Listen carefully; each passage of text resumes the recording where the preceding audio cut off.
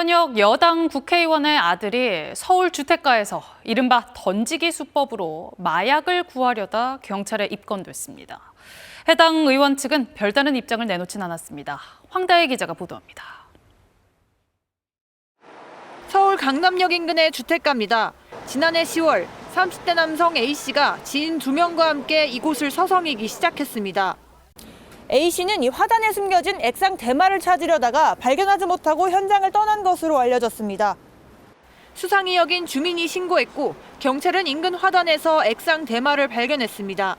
10월 말쯤에 제가 종사하고 있을 때 형사과 차량이 서서 요즘에 유행하는 그 던지기 마약 사범이라고 말씀을 하셔서 경찰은 인근 CCTV 영상 등을 토대로 4달이 넘는 추적 끝에 A씨 일행을 붙잡았습니다.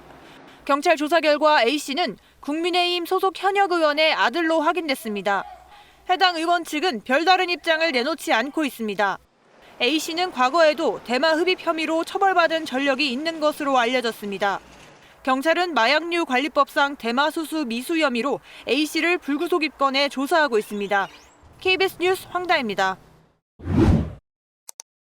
이철규 국민의힘 의원이 아들의 대마 수수 미수 혐의에 대해 사과하면서도 언론 보도 전까지 전혀 몰랐다고 해명한 것과 관련해 민주당이 의혹을 제기했습니다. 민주당 강원도당은 오늘 논평에서 이철규 의원이 그동안 청소년 마약 중독 대책 마련 간담회에 참석하는 등 마약 근절에 앞장섰는데 이런 일이 터졌다고 비판했습니다. 이어 지난해 10월 발생한 사건을 조용한 입건을 통해 축소하고 덮으려 했던 것은 아닌가 하는 의혹마저 제기됐다고 주장했습니다. 그러면서 이 의원은 아들의 입건 사실을 모른다고 하지만 경찰 조직 내 2인자인 치안정감을 지낸 이 의원의 말을 고지고대로 믿기엔 설득력이 부족하다고 주장했습니다.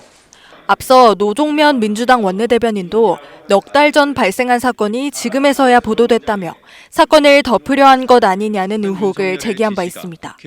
해외 출장을 다녀온 이철규 의원은 최근 연합뉴스와의 통화에서 자식이 불미스러운 일에 연루돼 송구스럽다고 밝히면서도 언론 보도 전에는 사건을 몰랐다고 밝힌 바 있습니다.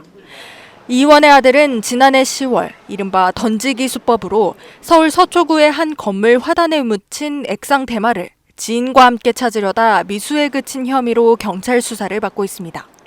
경찰은 CCTV 영상 등을 토대로 넉 달 넘게 추적해 이 의원 아들과 일행을 붙잡았으며 사건 처리 과정에 문제가 없다는 입장인 것으로 전해졌습니다.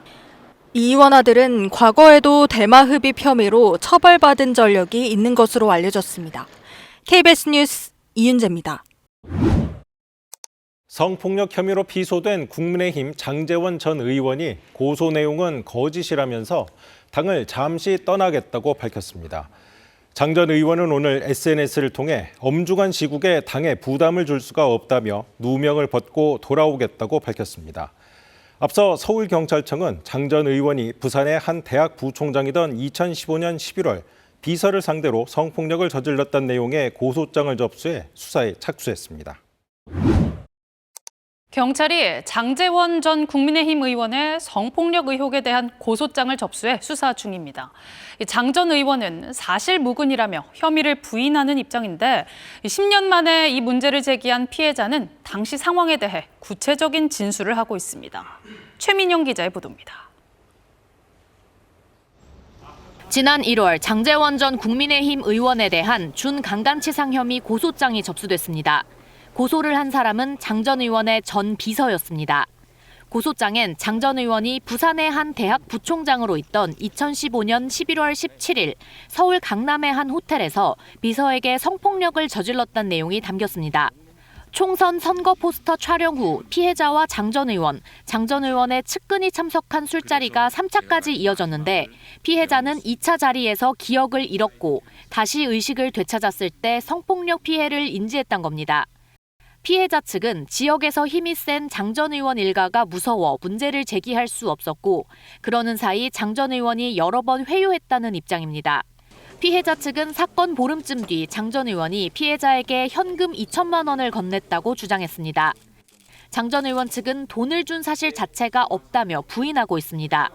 하지만 피해자는 2015년 12월 초 장 전 의원의 집에서 돈을 받았고 장 전 의원은 아버지가 위독하다며 먼저 자리를 떴다고 당시 상황을 구체적으로 진술했습니다.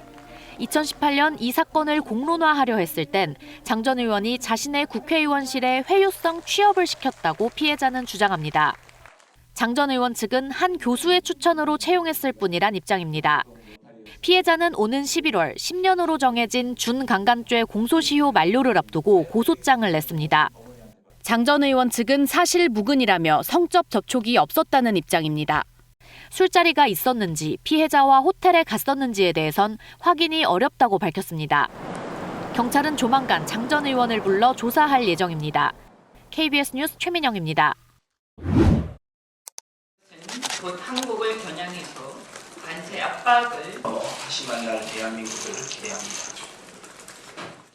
원조 윤핵관 장제원 의원은 성폭력 혐의로 수사를 받고 있습니다.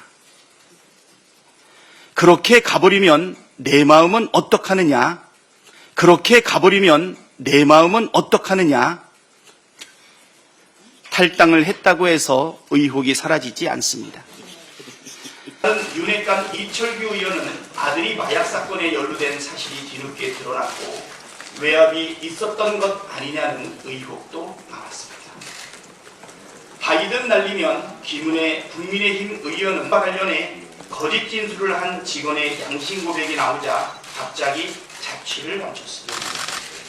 대선 주자로 분류되는 홍준표 대구시장과 오세훈 서울시장 또 다른 윤핵관 이철규 의원은 아들이 마약 사건에 연루된 사실이 뒤늦게 드러났고 외압이 있었던 것 아니냐는 의혹도 나왔습니다.